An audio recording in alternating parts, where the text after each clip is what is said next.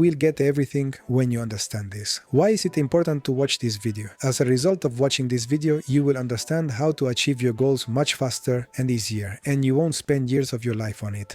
I came to this thanks to my many years of experience in business and because I have faced many challenges and difficulties in my life. Now I will share a few secrets that are very important to know in order to achieve any of your goals. If you know these, I guarantee that you will spend significantly less effort and achieve your goals much faster. The main problem for all people is that when they want something, they set goals. After setting goals, some plan, some don't, but they immediately start acting. But there is, of course, a category of people who do not act, and accordingly, they never achieve anything. The fact is, I have seen many people who reach their goal without even realizing or knowing how to do it. But I have never seen people who knew how to do it but didn't act and still achieved it. In other words, action is the most important condition for achieving any goal. All people live by the paradigm that if you want something, you absolutely have to do something. But the problem is that you do not live in a vacuum. You live in a world, a dynamic world that changes every day. Around you, there are a lot of other people with their own interests, their own wants, their own desires. I have a concept of movement regarding this, which I named that way to make it easier to understand what it consists of. The fact is that when you are in this world, you have an impact on it in whatever form it manifests. Let's say, for example, you are sitting somewhere on a couch right now. Sitting on the couch, you exert pressure on the couch. You are taking someone's place and someone may like it or not. Even by doing nothing, you are impacting this world. Your impact on this world automatically triggers three forces. The first is opposition. These are forces that are directly opposed to your action. This is, I believe, Newton's second or third law. For every directed force, there is an oppositely directed force of equal magnitude. Even physics confirms this. Therefore, any impact you have on this world generates a counteracting force. This is the first force. Second, any of your actions or influences on this world generate a force of assistance. These are the forces that assist you. Well, let's take an example to make it completely clear. Are you planning to go to the movies with friends? It might turn out that your wife is against it. She might say, though, no, let's rather go out with friends or have dinner with the family today. That's when you've triggered a counteracting force. At the same time, you might have supporting forces. The kids might shout, hooray, hooray, Dad, let's go to the movies. Great idea. In this way, you have a force of assistance, and there is a third force, the force of interaction. It is usually neutral. For example, it could be your parents who are smiling as they watch you discuss where to go. When you are moving towards your goal, you must consider these forces: opposing forces, supporting forces, and interacting forces. And opposing forces will always be there no matter what you do. Supporting forces will also always be there. The main struggle always unfolds over pulling the forces of interaction or neutral forces to your side. In this case or example I gave you, if you can sway the parents to your side, then your wife will accept your decision. And so every time you set goals for yourself, consider these three forces that always appear when you set or want to achieve something. Or let's take another example. The thing is, I get a lot of young entrepreneurs, especially startup founders in the IT field, and they ask me for investments. Every time they ask me for investments, they show me charts where, oh, their growth was like this. Then here I invest and their growth starts like this. I always laugh and say, why should the growth be after me? Can't it be that there is growth before me, so that you go like this, start growing like this, and then only I am investing? To which they also laugh, saying, oh, no, we will use your money, we will spend on marketing, we will lower the price, we will crush the competitors, and so on and so on. And in such cases, I say, I can just feel that at the same time your competitors are sitting somewhere with other investors and saying the same thing. And because you all want to do this, your efforts simply cancel each other out. And this happens because you do not take into account the effect of external forces. You think you live in a vacuum. Therefore, to avoid wasting effort, you must clearly understand when planning something what opposing forces there will be, what supporting forces there will be, and what interacting forces you need to pull to your side. Therefore, always consider these three forces when setting goals and before you even start moving towards them. The second very important thing when striving or moving towards a goal that you must consider is the influence of external forces. Unfortunately, many people do not take this component into account, and it is probably the most important achieving goals. Let's imagine a situation where you are rowing on a river and one person is rowing against the current, working day and night 24/7 and remains in the same place. Another one is not rowing, but got into the wrong current and was carried in the opposite direction.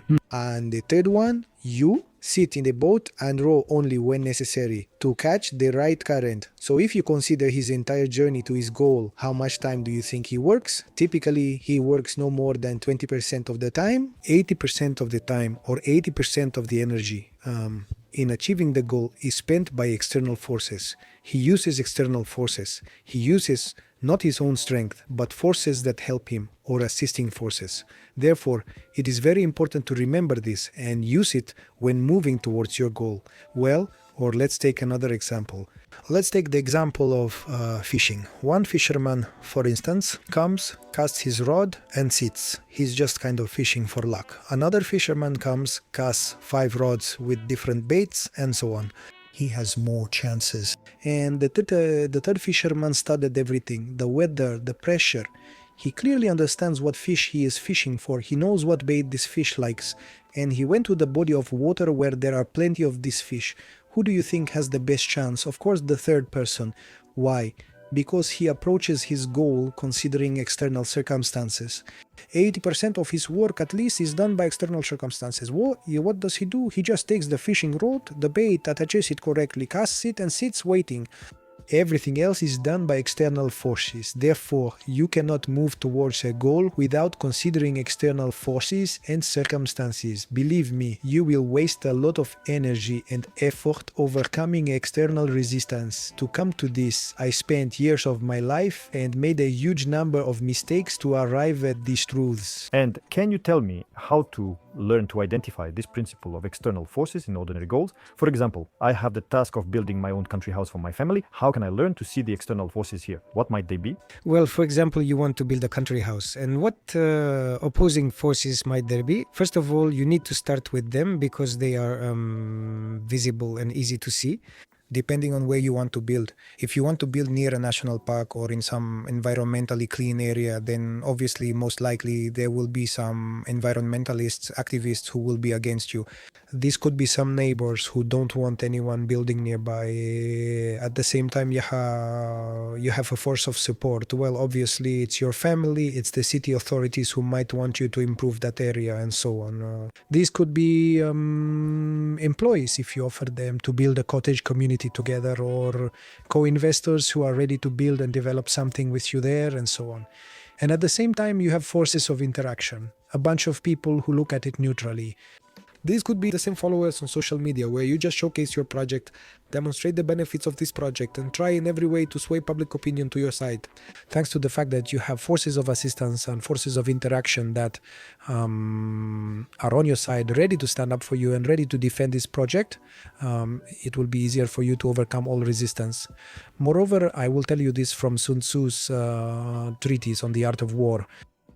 There is a great phrase that says, a bad general is one who wins battles, a good general is one who wins without battles. That is, you need to attract such forces to your side that fighting you becomes meaningless and the opposing forces simply surrender.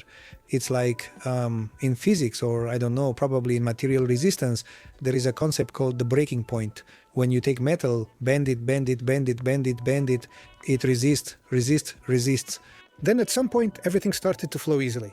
It is important when you are moving towards a goal to have enough forces on your side that ensure this tipping point at which your competitors and your enemies or adversaries simply prefer not to fight. This is the most ideal state of using external forces. And if you do everything by force, especially when you don't consider all these external forces when you fight, it's just like a hamster in a wheel. You fight all day, and it's like the head of the dragon, Zimei Gorinish. Problems grow and grow, grow and grow. You cut off one head, and two new ones grew. Unfortunately, this is what most people do. And the root cause is that they started their business without considering external forces.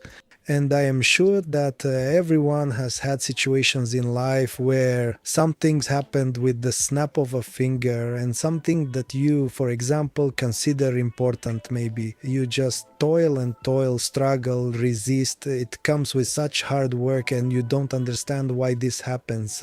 Unfortunately, I also had many such cases in my life, and I noticed when I analyzed all my past experiences that precisely where I considered external forces, everything happened easily, playfully, and I even had the feeling of easy money, but in reality they are not easy. The amount of energy spent to earn them was the same. It's just that most of the work was done not by me but by external forces. And I ask you to share your stories in the comments. It will be very interesting to read, and let's discuss them there. The main idea of this video is to direct your attention and focus specifically on these things. And in order to clearly distinguish them in your life, you need a certain level of exposure. So be sure to read the comments, see how it happened for other people, and you will see what kinds of forces there are, forces of opposition, and what kinds of forces of assistance, and how you can use them to your advantage.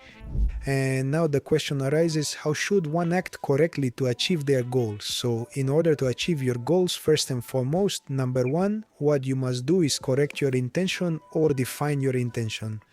The problem is that many people set a goal but do not define the intention. And what is intention? Intention is a declaration to the Almighty about your true goals. Look, sometimes you set a goal. There is a goal that you declare outwardly, and there is a goal that you pursue internally. So, intention is about the internal goal, about what you truly want. Why does intention have such importance? The fact is, when achieving any goal, it is very important to have complete agreement between your rational mind and your subconscious. If there is no agreement between your rational mind and subconscious, the likelihood of achieving the goal is practically zero, because your subconscious turns into a force of opposition. Remember what I was talking about. These forces of assistance, resistance, and interaction occur not only in the external world but also within you. But when you set a goal, be sure to set your intention. Write down your intention. For example, in my practice, I noticed something. I am involved in an educational platform. I noticed that when our metrics started to decline, I went to the company and told my executive director, look, we need to correct our intentions. We have strayed from the path.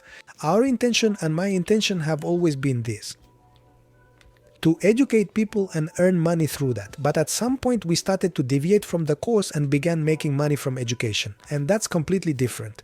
It's one thing to teach people and earn from it, and another thing to earn from teaching. Intention is what tells you where your soul is directed. If your intention is to teach people and earn because of it, then your soul, all the fibers of your soul, are directed towards teaching. But if your intention is to earn from teaching, then all your fibers are directed only towards money. And not a word about people. Well, accordingly, your behavior is formed. Therefore, any of your actions, if it has the wrong intention, then believe me, you will have neither repeat purchases, nor regular customers, nor loyal clients. And there will be no dissatisfaction among clients either. Therefore, first of all, before achieving any goal, write down on a piece of paper what your true intention is. This is the first point. The second point, after you have determined your true intention, you need to account for external forces by asking yourself 3 questions. The first question, is this the right time to do it? If we think about a fisherman, going at noon is probably not the best idea. Fish usually bite either in the morning or in the evening. So you need to ask yourself if this is the right time to do it. And this applies not only to fishing but to everything in life. The second question, am I in the right place for this action? If we go back to fishing, then the right place is determined by the presence of a body of water with fish. Am I in the right place in a good spot? And the third question you should ask yourself, are the circumstances in my favor? If we take the example of fishing, then we need to look at the shore of the body of water, see if there are convenient approaches. How is the weather in general in your favor or not, the wind and so on, and in life too. You can look at the mood of society, see where politics is generally heading and so on, and taking all these circumstances into account, you can understand whether the circumstances are in your favor or not. Therefore, after you have decided on your intention, you need to clearly understand which way external forces are working by asking 3 questions. And after you have determined this second part, accounting for external forces, then it is time to make a plan. And this plan takes into account first your intention, second, accounting for external forces, and third, your actions. And after that, please take action. May luck be with you. And most importantly, don't forget that we don't live in a vacuum. We live in a dynamic environment. We live in society. Society is the sum of all people who have their own desires, their own wants. They have their own goals. They are also moving toward their goals. And your task is not to fight with them. So remember, you do not live in a vacuum. Second, remember that the most important external force in this world is the Almighty. Therefore, correct your intention or write down your true intention, because you will achieve exactly your true intention, not your goals. It is important that your intentions and goals align. And the third point, be sure to consider external forces, because without considering external forces, you will just be rowing 24/7 against the current. And after that, make a plan and act for your well-being. Good luck and a happy life.